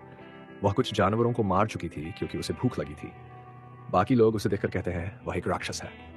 तभी हायंग को वहां किसी की आवाज सुनाई देती है जो कह रही होती है, तुम्हें उन लोगों की बातों को सुनने की कोई जरूरत नहीं है जो तुम्हारी निंदा करते हैं। हम देखते हैं कि वहां जियोंग होता है जो हायंग को 2 राइस बॉल देते हुए कहता है, तुम भी बाकी इंसानों की तरह एक ही आकाश के नीचे खड़ी हो। भले ही तुम्हारे अंदर किसी चीज की कमी है, लेकिन ऐसा नहीं है कि वह चीज नामुमकिन है। तुम थोड़ी मेहनत करके उसे हासिल कर सकती हो। तो क्या तुम इसके लिए मुझे अपना गुरु मानकर फॉलो करना चाहोगी? इसके बाद वर्तमान में शिफ्ट होता है। कह रही होती है, मेरे मास्टर किसी के साथ भेदभाव नहीं करते, इसलिए वे तुम्हें लिगो सेक्ट से बाहर नहीं निकालेंगे। वैसे भी उन्हें यह फर्क नहीं पड़ता कि तुम्हारी फैमिली क्या है, तुम कौन हो या तुम्हारा टैलेंट क्या है। लेकिन अगर तुम्हें खुद पर भरोसा है तो इतनी मेहनत करने की जरूरत नहीं है। एक ना एक दिन तुम उस चीज को पा ही लोगे। चिंता मत करो, मैं तुम्हें सपोर्ट करूंगी। फिर वह हंसते हुए कहती है, लेकिन इतना ज्यादा हार्डवर्क मत करो कि खुद को नुकसान पहुंचा लो। वैसे अब तुम्हें थोड़ा अच्छा लग रहा है। ली थोड़ी राहत महसूस करता है और सोचता है, ये मेरी इतनी परवाह क्यों कर रही है? मैं तो अभी अभी इस सेक्ट में आया हूं। वैसे भी इसे तो एरोगेंट होना चाहिए क्योंकि ये इतनी ज्यादा टैलेंटेड है। ये किसी भी मास्टर की तकनीक को सिर्फ एक बार देखकर दोहरा सकती है, लेकिन मैं इसके इमोशंस को समझ नहीं पा रहा हूं। आखिरकार ये फीलिंग क्या है? भले ही मैं अपनी पास्ट लाइफ में एक गे था, लेकिन इसका मतलब यह नहीं है कि मैं इसे पहचान नहीं सकता। फिर वह सोचता है, जैसा कि मैंने महसूस किया था, वह बस प्रतिशत भ्रष्ट थी, लेकिन ऐसा कैसे हो सकता है? क्या सीनियर ब्रदर असल में मेरी सीनियर सिस्टर हो? अगले दिन शाम को सीन शिफ्ट होता है। ली अपनी ट्रेनिंग खत्म कर चुका होता है। जियोंग ली से कहता है, तुम्हारी ट्रेनिंग खत्म हो गई है, अब वक्त है एक्सटर्नल मार्शल आर्ट्स सीखने का। जियोंग बताता है, तुम्हारी मेहनत की वजह से तुम्हारी फाउंडेशन बहुत मजबूत हो चुकी है। अब तुम एक्सटर्नल मार्शल आर्ट्स में और भी ज्यादा सुधार कर सकते हो। हायू यह सुनकर खुश हो जाती है और ली को बधाइयां देती है। लेकिन ली मन ही मन सोचता है, ये इतनी खुश क्यों हो रही है? गुस्से में वह खुद से कहता है, भले ही मेरी एक्सटर्नल मार्शल आर्ट्स की ट्रेनिंग शुरू होने वाली है, लेकिन मैं अब भी यूंग का कोई मुकाबला नहीं कर सकता। वो तो यहाँ पर उसके सामने खड़ा भी नहीं हो सकता। तभी जियोंग यहाँ पर कहता है, क्या तुम इससे खुश नहीं हो? ली कहता है, अरे अरे मैं खुश हूँ। इसके बाद ली खुद को शांत कराते हुए कहता है, मुझे यहाँ पर इतना हाई के बारे में नहीं सोचना चाहिए। वैसे भी मेरे पास यहाँ पर भी बहुत कुछ है जो मुझे करना है। फिर ली थोड़ा रुककर कहता है, वैसे मैंने इंटरनल और एक्सटर्नल को थोड़ा आगे पीछे कर दिया था, इसे इग्नोर कर देना। दरअसल एक्सटर्नल तुम्हारी बॉडी की स्ट्रेंथ होती है और इंटरनल तुम्हारी स्पिरिचुअल पावर। गलती से मैंने इसे उल्टा बोल दिया। फिर वह कहता है, चलो अब वापस कॉमिक पर आते हैं। हम देखते हैं कि ली जियोंग से पूछ रहा है, जब मुझे इंटरनल एनर्जी मिल जाएगी तो क्या मैं अपनी एक्सटर्नल एनर्जी को भी ट्रेन कर सकता हूं? क्या मुझे ऐसा करने की अनुमति मिलेगी? जियोंग इस सवाल को सुनकर थोड़ा हैरान हो जाता है। ली बताता है, कई बिगिनर्स ये गलती करते हैं कि वे इंटरनल मार्शल आर्ट्स सीखने पर फोकस करते हैं, लेकिन एक्सटर्नल स्ट्रेंथ पर बिल्कुल मेहनत नहीं करते। जबकि एक्सटर्नल मार्शल आर्ट की मदद से शॉर्टमैनशिप, फुटवर्क और कई अन्य तकनीकें सीखना इंटरनल मार्शल आर्ट के साथ और भी आसान हो जाता है। ली के मन की बात दिखती है। मैं ऐसा इसलिए नहीं कर रहा हूं ताकि अपनी मसल्स बिल्ड कर सकूं और बाद में उन्हें फ्लेक्स करके बहुत सारी खूबसूरत लड़कियों को इम्प्रेस कर सकूं। वह मन में सोचता है, इससे कोई फर्क नहीं पड़ता कि यूंग कितनी खूबसूरत है, मैं उससे ज्यादा लड़कियों को अपने दम पर इम्प्रेस कर लूंगा। इसके बाद जियोंग कहता है, मैं तुम्हारे विचार समझ सकता हूं, तुम आराम से अपनी एक्सटर्नल मार्शल आर्ट की प्रैक्टिस कर सकते हो। ली कहता है, मैं हांग के मुकाबले बहुत कमजोर हूं, मुझे ज्यादा ट्रेनिंग करनी होगी क्योंकि मेरा टैलेंट हांग से बहुत खराब है। वह आगे कहता है, सेक्ट को रिवाइव करने के लिए मुझे बहुत मेहनत करनी होगी। मेरा टैलेंट इतना अच्छा नहीं है, इसलिए मुझे और ज्यादा मेहनत करनी होगी। फिर ली सोचता है, इंटरनल मार्शल आर्ट की प्रैक्टिस करना और उस पर मेहनत करना बेहतर हो सकता है, लेकिन एक्सटर्नल मार्शल आर्ट भी बहुत जरूरी है। उसके बिना यहाँ पर काफी सारी चीजें हैं जो कि इतनी आसानी से नहीं की जा सकती। वहीं ली ऐसा कहते हुए शॉर्टमैनशिप का उदाहरण देता है कि वह भी एक सुपीरियर स्ट्रेंथ के मुकाबले में एक बेहतर तकनीक को हासिल करना चाहता है। लेकिन दरअसल इसका एक और कारण है जो शायद इमेज देखते हुए तुम लोग समझ गए होंगे, तो इसे स्किप करते हैं। ली खुश होते हुए कह रहा था, मुझे यकीन है कि वे मुझे इसके लिए जरूर अनुमति देंगे और मेरे एफर्ट्स इस बार बिल्कुल सही दिशा में हैं। ये सब बातें वह अपने मन में कह रहा था। येंग उसकी मुस्कान को देखकर मन ही मन सोच रहा था, इस बच्चे में कुछ तो अलग है। ये बाकी लोगों की तरह बिल्कुल भी नहीं है, बल्कि ये तो हार्ड वर्क करने के लिए पूरी तरह तैयार है और मैं अभी इसके टैलेंट को देख पा रहा हूँ। ये बच्चा प्रोटीज के तौर पर पैदा हुआ है। जिंग बता रहा था कि इस टूट-फूटे सेक्ट में हाई, जो कि एक एक्सपर्ट थी, काम किया करती थी। लेकिन अब ऐसा लगता है कि सब कुछ जल्द ही बदलने वाला है। और अगर देखा जाए तो हायंग के भी जो स्टैंडर्ड्स हैं एंड वे इस मार्शल आर्ट वर्ल्ड के लिए कुछ खास नहीं है। लेकिन ऐसा लगता है कि इस बच्चे ने इस बारे में बहुत अच्छे से समझ लिया है और ये हमारे दोबारा बनाए जा रहे सेट को और बेहतर बना सकता है। इसके बाद मास्टर एक स्क्रॉल देते हैं जो कि इंटरनल मार्शल आर्ट की फाउंडेशन के लिए था। जैसा कि मास्टर ने बताया, लड़कों की बॉडी यांग बॉडी होती है और लड़कियों की यिन बॉडी होती है। ली स्क्रॉल पढ़ते हुए कह रहा था, आखिर यह है क्या यह कोई सीक्रेट मैनुअल है या फिर मास्टर ने मुझे सीक्रेट ट्रेनिंग देने के लिए कुछ दिया है? तो ली आगे कहता है, मार्शल आर्ट वर्ल्ड कितना ज्यादा निर्मम हो सकता है उन लोगों के लिए जिनके पास कोई टैलेंट नहीं होता। उसकी बात सुनकर मास्टर कहते हैं, यह उन लोगों पर निर्भर करता है कि वे किस प्रकार की चुनौतियों का सामना करना चाहते हैं। भले ही यहाँ पर उनके पास कोई टैलेंट न हो, लेकिन यहाँ पर उनके पास हमेशा ही रास्ते होते हैं, कोई न कोई। जिसके बाद वो यहाँ पर ली को बताते हैं कि वो उसे उसका पूरा समय देंगे और उसकी बाहरी ट्रेनिंग को जारी रखने का मौका भी देंगे। इसके अलावा वो ली से कहते हैं कि उन्होंने जो नोट दिया है यंग बॉडी का, वो उसे ली को सिखाएंगे, इसलिए ली को इस चीज को अच्छे से याद कर लेना चाहिए। यह सुनकर ली बहुत खुश हो जाता है और कहता है, मैं अपनी पूरी कोशिश करूंगा। फिर हमारा यहाँ पर सीन कट हो जाता है और अगले दिन का सीन शुरू होता है। हमें दिखाया जाता है कि आज वही दिन है जब ली को उसकी आंतरिक मार्शल आर्ट के बारे में सिखाया जाएगा। जियोंग ली से पूछते हैं, क्या तुम तैयार हो? ली खुशी से जवाब देता है, हाँ, क्यों नहीं, मैं पूरी तरह तैयार हूं। लेकिन हाँ, यंग इन सब चीजों को देखकर पैनिक करती नजर आती है। जियोंग ली की पीठ पर हाथ रखते हुए कहते हैं, अब मैं अपनी ऊर्जा तुम्हारी बॉडी के अंदर भेजने वाला हूं। उन्होंने जो नोट दिया था उसके अनुसार ली को उस ऊर्जा को अपने शरीर में सर्कुलेट कराना होगा। ली अपनी पूरी एकाग्रता का उपयोग करते हुए उस ऊर्जा को नियंत्रित करने की कोशिश करता है। धीरे धीरे वो उस ऊर्जा को अपने सूर्य चक्र पर ले आता है और उसे वहीं इकट्ठा करने लगता है।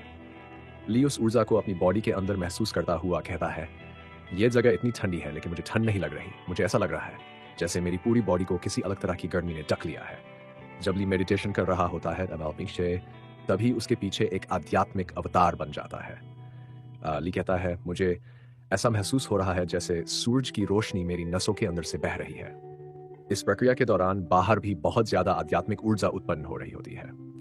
मेडिटेशन से बाहर आते ही जियोंग ली को बधाई देते हुए कहते हैं, ऐसा लगता है कि तुमने आंतरिक मार्शल आर्ट के शुरुआती स्तर को पार कर लिया है। वहां पर उसने उसे हासिल कर लिया है जहां पर ली और अपनी बॉडी को महसूस करते हुए कह रहा होता है, कुछ ज्यादा खास तो नहीं बदला हुआ महसूस हो रहा, लेकिन इसे ट्राई करना चाहिए।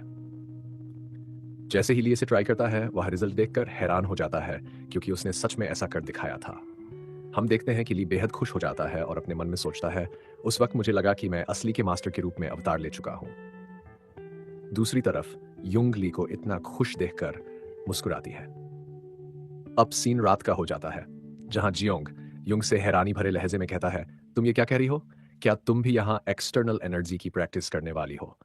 जियोंग की बात सुनकर युंग मुस्कुराते हुए जवाब देती है, हाँ, मैं ये करने वाली हूँ क्योंकि मैं यहाँ एक लीडर हूँ और मुझे अपने फेलो डिसाइपल्स की ट्रेनिंग में मदद करनी है, इसलिए मैंने भी यहाँ प्रैक्टिस शुरू करने का फैसला किया है।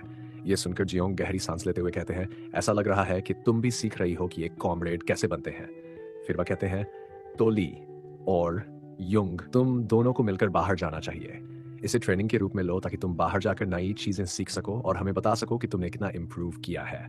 इससे तुम्हारी एक्सटर्नल मार्शल आर्ट्स भी बेहतर होगी और जो बाकी की चीजें हैं वे तुम्हारे अनुभव पर निर्भर करेंगी। इसके बाद सीन थोड़ा वक्त आगे बढ़ता है। युंग के जाने के बाद जियोंग एक साइड विंडो के पास खड़े होते हैं। वह खिड़की से बाहर देखते हुए अपने मन में सोचते हैं, क्या ये दो जवान लोग सच में इतने काबिल हैं कि ये हमारे सेट को फिर से जिंदा कर पाएंगे? अगर ऐसा हुआ तो मैं अपने मास्टर की इच्छा को जरूर पूरा कर पाऊंगा। इसी बीच सीन एक पहाड़ की तरफ शिफ्ट होता है। वहां हमें कई मरे हुए जीव दिखाई देते हैं जिन्हें देखकर ऐसा लगता है जैसे किसी ने उन्हें मार दिया हो। इसके बाद सीन पहाड़ के अंदर एक विशाल गुफा की ओर बढ़ता है। गुफा के अंदर हमें एक बड़ा सांप दिखाई देता है। अब सीन सुबह का हो जाता है। कुछ लोग एक जगह को देखकर कह रहे होते हैं, यहाँ पर क्या हुआ? ये सब किसने किया? हम देखते हैं कि वहां एक बूढ़ा व्यक्ति है जिसका घर बर्बाद हो चुका है। वह गुस्से में चिल्लाते हुए कहता है, आखिरकार वो कौन कमीना था जिसने ये सब किया? मैं तो बस एक दिन के लिए मार्केट गया था और ये सब हो गया। सामने आओ जिसने भी ये सब किया है। गुस्से में चिल्लाते हुए बूढ़े को अचानक दिल का दौरा पड़ जाता है। उसके परिवार के लोग उसे संभालते हैं। बूढ़ा व्यक्ति बताता है, मेरी बकरियां जो यहाँ से गायब हो गईं, मैं उन्हें बेचकर अपना कर्ज चुकाने की सोच रहा था, लेकिन अब मेरी बकरियां ही नहीं रहीं। यहाँ पर वह रोते हुए बता रहा होता है कि वह एक गरीब परिवार से संबंध रखता है और अभी भी वही हालात झेल रहा है। लेकिन वह कभी भी ऐसा नहीं चाहता था कि मरने से पहले अपने परिवार पर कोई बोझ छोड़ जाए। पर अब उसे लगता है कि चीजें उसके नियंत्रण से बाहर हैं। इसी बीच हम देखते हैं कि उसका पोता भावुक होकर कहता है, दादाजी, आप इस तरह की बातें मत कीजिए। आपको इतनी चिंता करने की जरूरत नहीं है। मैं वहां जाऊंगा और उनसे बात करूंगा। वे जरूर हमारी मदद करेंगे। हम इस मुश्किल से बाहर निकल सकते हैं। ये कहते हुए अपनी मां के मना करने के बावजूद भी वह बच्चा वहां से चला जाता है। बूढ़ा व्यक्ति ये देखकर चिंतित होकर अपनी बेटी से कहता है, बेटी, पता नहीं क्यों मुझे कुछ अजीब सा लग रहा है।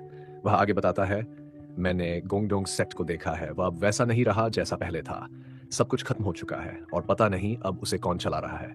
वह अपने बीते दिनों को याद करते हुए कहता है, जब मैं छोटा था उस सेक्ट की बड़ी प्रतिष्ठा हुआ करती थी। हर किसी का सपना था वहां पहुंचने का, लेकिन आज वह सेक्ट बस एक सपना बनकर रह गया है।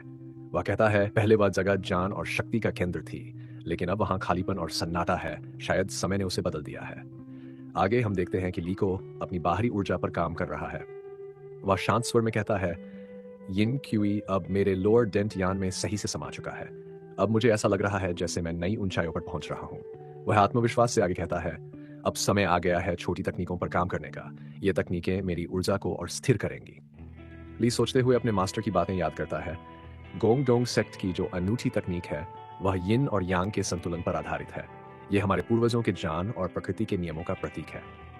मास्टर ने उसे समझाया था, यिन और यांग का संतुलन एक ऐसी स्थिति है जो आग और पानी, जीवन और मृत्यु के बीच तालमेल बिठाता है। इसे पूरी तरह सीखने पर सीमित जीवन से अनंत जीवन की ओर बढ़ा जा सकता है।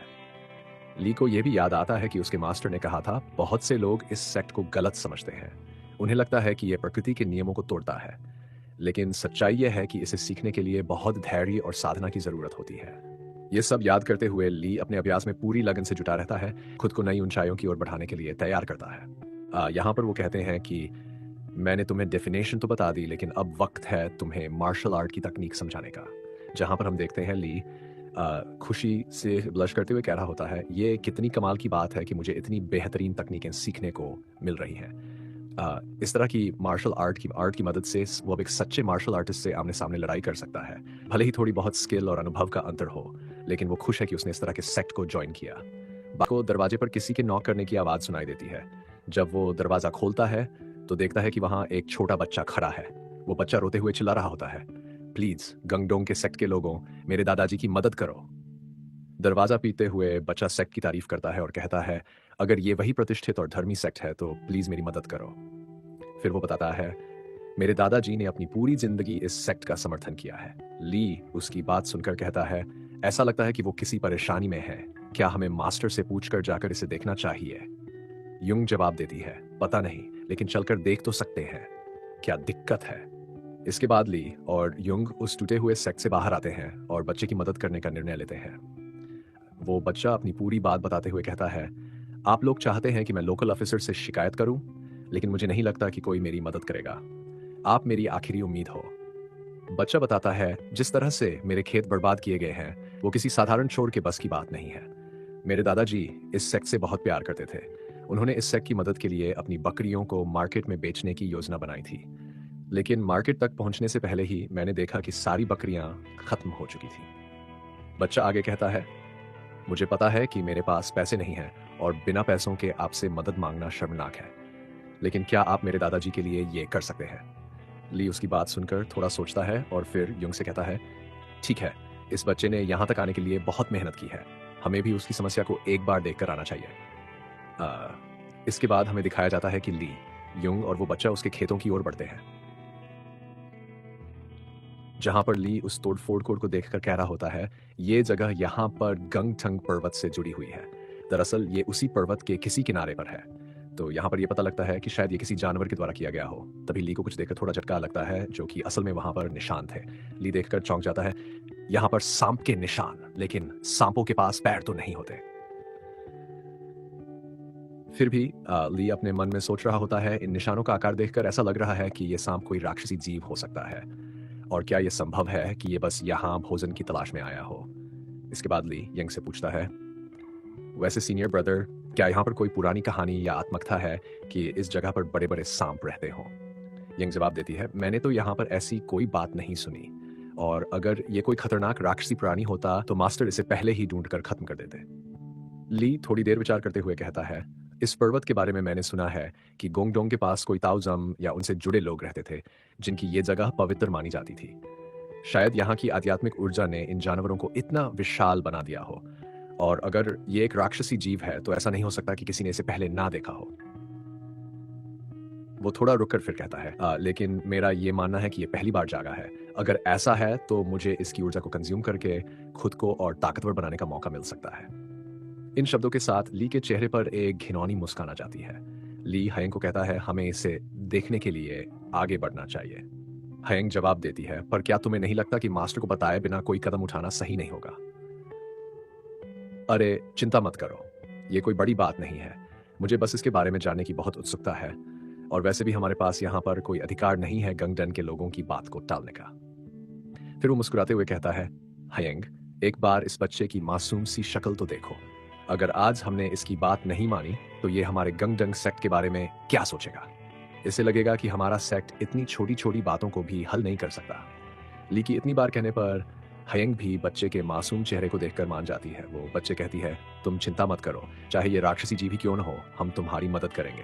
पहले ही हम यहाँ पर इसका पूरी तरीके से ख्याल रख लेंगे। तभी ली यहाँ पर हयंग से कहता है, क्या तुम उस बच्चे की बेबी सिटिंग करना बंद करोगी? वैसे भी ये डेमोनिक क्रिएचर बहुत बड़ा लगता है। फिल्ली कहता है, मुझे लगता है कि यहाँ पर अभी भी उसने बहुत सारे निशान छोड़ दिए हैं। अगर हम इसका पीछा करें तो हम जल्दी उसके पास पहुंच सकते हैं। इस पर हाइंग एली से कहती है, तो ठीक है, तुम आगे बढ़ो, मैं तुम्हारे पीछे पीछे आ जाऊंगी। इसके बाद हम देखते हैं कि ली बोलता है, शायद मैंने उसे ढूंढ लिया है। अगर मैं सही हूं तो ये जगह अभी भी गर्म है। ऐसा हो सकता है कि वो यहाँ से बस कुछ ही दूर आगे हो।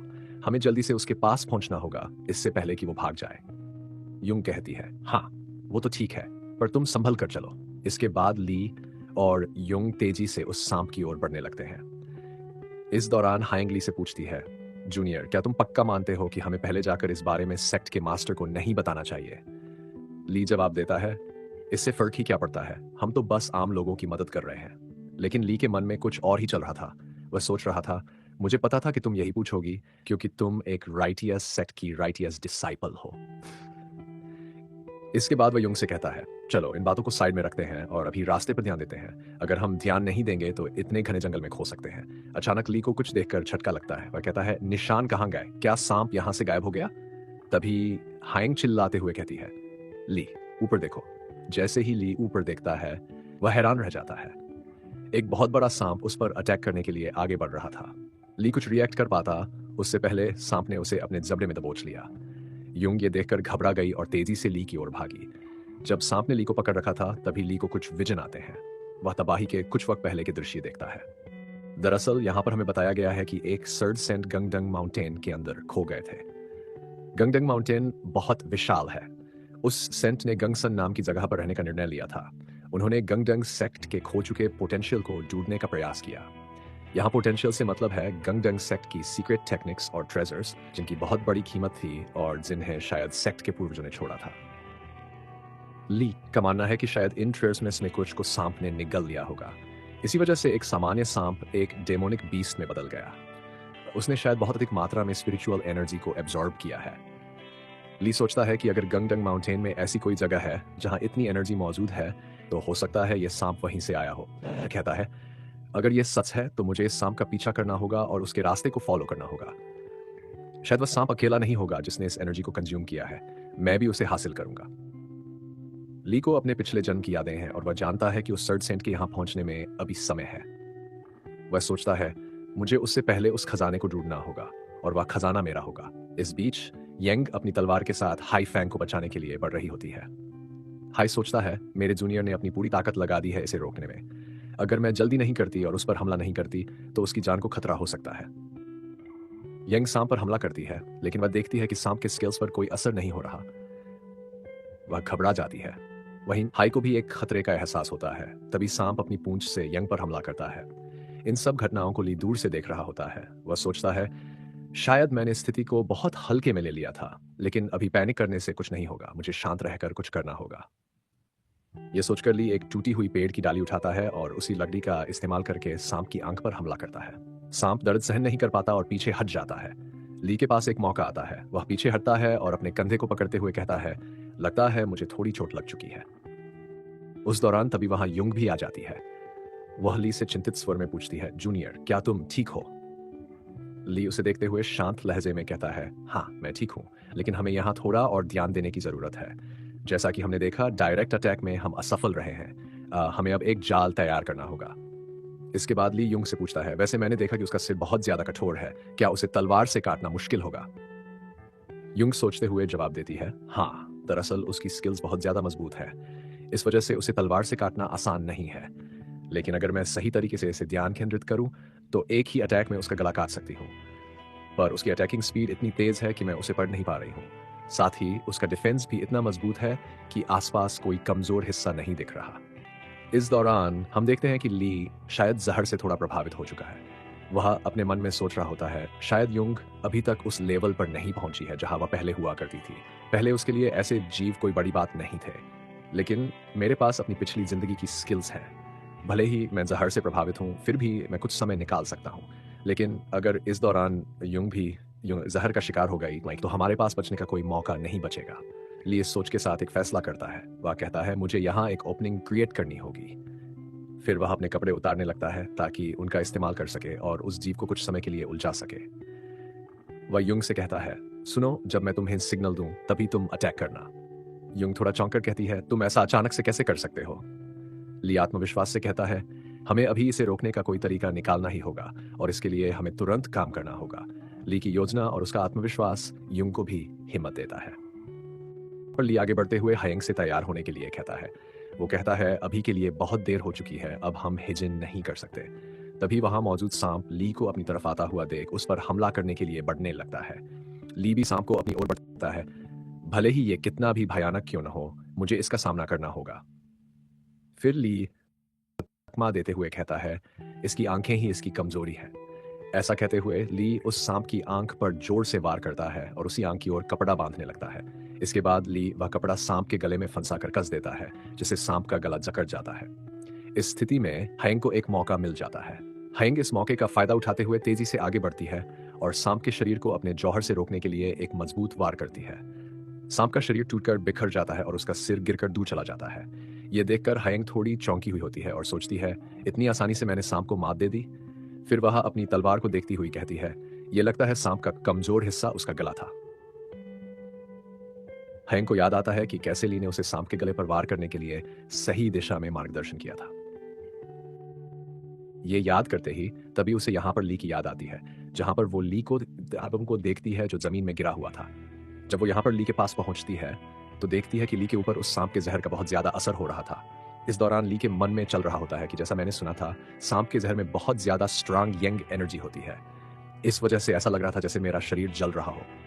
तभी हम देखते हैं कि युंग आ जाती है, जो बार बार जूनियर के रूप में ली को उठा रही होती है। ली अपने मन में सोचता है कि अपनी एनर्जी को कंट्रोल करने की बेहद तकनीक के चलते मैं इस जहर को अपने अंदर से निकाल सकता हूँ और सिर्फ यंग एनर्जी को अपने अंदर बनाए रख सकता हूँ। ये कितना बेहतरीन है। फिर वो युंग की तरफ देखता है तो युंग उसे देखकर बहुत ज्यादा चिंता कर रही होती है। ली उसे कहने की कोशिश करता है, तुम मेरी ज्यादा परवाह मत करो, मैं इसे खुद ही संभाल लूंगा, लेकिन वो ऐसा कह नहीं पाता। फिर युंग घबराते हुए कहती है, ली मुझे अपने जूनियर के लिए क्या करना चाहिए? उसने मेरे लिए ओपनिंग क्रिएट की थी, भले ही उसके अंदर जहर दौड़ रहा हो, हम दोनों ने पूरी कोशिश की थी। हाय को घबराहट होने लगती है कि कहीं उसका जूनियर उसे बचाने के चक्कर में खुद ना मारा जाए। फिर हाय थोड़ा जोश में कहती है, नहीं मुझे थोड़ा ट्राई तो करना है। और हम देखते हैं कि इतना कहने के बाद हाय ली के गले से जहर को निकालने लगती है। लेकिन पता नहीं क्यों ली के चेहरे को देखकर यह सिचुएशन मुझे यहाँ पर कुछ अजीब सी लग रही थी, जैसे कि ली किसी उलझन में फंस चुका हो और अब वो कुछ कर भी नहीं सकता। जैसा कि ली युंग को अभी भी एक लड़का मानता था, जबकि युंग एक लड़की थी। ली भले ही इसे न जानता हो, लेकिन उसका शरीर जानता था और यही वजह थी कि ली का कुछ खड़ा हो जाता है तो ली को लगता है जैसे वो किसी गे की तरह बनता जा रहा है। इस कारण हम देखते हैं कि ली बहुत बुरी तरह से घबराने लगता है। इस दौरान हाय जब सारे जहर को निकालने के बाद ली से कहती है, क्या हुआ? मैंने तो सारा जहर निकाल दिया, तो तुम बेहोश क्यों हो गए? वो झांक यहाँ पर ली को किसी और वजह से आ रहा होता है, लेकिन यहाँ पर हायंग को लगता है कि सब कुछ यहाँ पर पॉइजन की वजह से हो रहा है। तो वो यहाँ पर दोबारा पॉइजन को निकालने के लिए आगे बढ़ने लगती है। और ऐसे ही यहाँ पर कई सारे राउंड्स होते हैं जहाँ पर इन सारे राउंड्स का कुछ ऐसा था मंजर जो कि यहाँ पर ली के लिए इसी खौफनाक सपने से कम नहीं था, जिस सपने की यहाँ पर हकीकत को ली का चेहरा बयां कर रहा होता है। अब जहाँ पर देखने से ऐसा लग रहा होता है जैसे कि ली की आत्मा ने यहाँ पर अंदर ही खुदकुशी कर ली हो, जिस दौरान वो यहाँ पर ली की नशों को चेक करते हुए कह रही होती है, भगवान का शुक्र है कि अभी के लिए यहाँ पर तुम्हारी दिल की धड़कन नॉर्मल है। लेकिन इससे भी ज्यादा यहाँ पर एक डेमोनिक क्रिएचर से यहाँ पर लड़ाई करना, ये यहाँ पर मेरे लिए भी पहली बार का एक नया एक्सपीरियंस था, जिस पर ली कहता है परिणाम के हिसाब से हम लोग यहाँ पर जीत चुके हैं। इसका मतलब है कि ये इतना भी बुरा नहीं था, और ऐसा लगता है कि आपने यहाँ पर जो पकाया है वो यहाँ पर इसी सांप का मांस है। और ऐसा कह के लिए यहाँ पर जैसे ही उसे खोल कर देखता है, वो यहाँ पर उतने डिलीशियस फूड को देखकर शॉक हो जाता है। तभी वो यहाँ पर युंग से पूछता है, ऐसा लगता है कि तुम यहाँ पर खाना बनाने में बहुत ज्यादा ही अच्छे हो। जिस पर युंग कहती है और हैंग कहती है, हाँ, मास्टर को भी ये मीट यहाँ पर बहुत ज्यादा ही पसंद है। इसी के बाद ली यहाँ पर अपनी बात को रखता है, क्या हमें यहाँ पर इस सांप के निशान को ट्रैक करना चाहिए? हो सकता है कि यहाँ पर हमें कुछ बेहतर मिल जाए। तो हयंग भी यहाँ पर ली की बात पर हाँ कर देती है। तो इसी के साथ हम देखते हैं कि वो लोग यहाँ पर उस निशान को ट्रैक करने लगते हैं, और हम देखते हैं कि इसी के साथ वो लोग यहाँ पर किसी गुफा के सामने आ जाते हैं, जहाँ पर ली उसे देखते हुए कह रहा होता है शायद भविष्य के अंदर यहाँ पर उस शर्ट सेंट को वो सारी चीजें ही से मिलने वाली थी। लेकिन जैसा कि यहाँ पर हयंग के लिए सब कुछ नया था, तो वो यहाँ पर ली से कहती है, वहां से इतनी इंटेंस एनर्जी क्यों निकल के आ रही है? Spiritual energy. जिस बात का रिप्लाई ली करता है, देख के आते हैं ना, क्या दिक्कत है? ली यहाँ पर हयंग को देखते हुए कह रहा होता है, तुम्हारे इंस्टिंक्ट यहाँ पर ये बहुत ज्यादा ही अच्छे हैं, इसी वजह से यहाँ पर तुम, मुझे पता है कि आगे जाकर यहाँ पर और भी ज्यादा ताकतवर बनने वाली हो।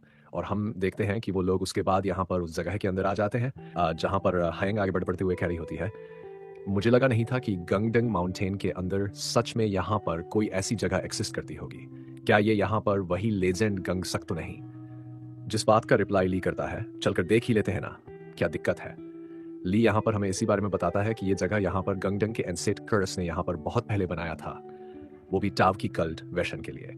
और वैसे जैसा कि यहाँ पर हमें ली बताता है कि ये यहाँ पर पूर्वजों की जगह है गंगडोंग के, और उन्होंने यहाँ पर अपने ट्रिक को छिपा रखा था। और हम देखते हैं ली के यहाँ पर से भरे चेहरे को। मुझे नहीं पता वो यहाँ पर दवाई को लेकर ऐसे फेस को क्यों बना रहा है, बट ली यहाँ पर बताता है कि वो यहाँ पर उस इलेजर की मदद से अपनी वैलेनी को रिस्टोर कर लेगा। इसी दौरान तभी हम देखते हैं कि युंग यहाँ से भागने लगती है, क्योंकि उसने यहाँ पर आगे कुछ पिल्स को गिरा हुआ देख लिया था, जहाँ पर युंग कहती है, जूनियर यहाँ पर देखो। तो ली कहता है, शायद ये यहाँ पर स्पिरिचुअल पिल्स का यहाँ पर कंटेनर है। ऐसा हो सकता है कि वाइपर ने यहाँ पर इसकी सारी एनर्जी को ले लिया है और वो यहाँ पर इसी वजह से एक डेमोनिक बीस्ट बन गया था। ऐसे ही वो लोग यहाँ पर आगे बढ़ते हुए गुफा के अंदर एक बहुत बड़े से घर को ढूंढ लेते हैं। यहाँ पर कुछ किताबें रखी हुई थीं, और ये सभी किताबें देखकर यंग थोड़ी हैरान हो जाती है। जैसा कि ली ने बताया था कि पिछली जिंदगी में यहाँ पर ये सारी मार्शल आर्ट की प्राचीन किताबें मिली थीं।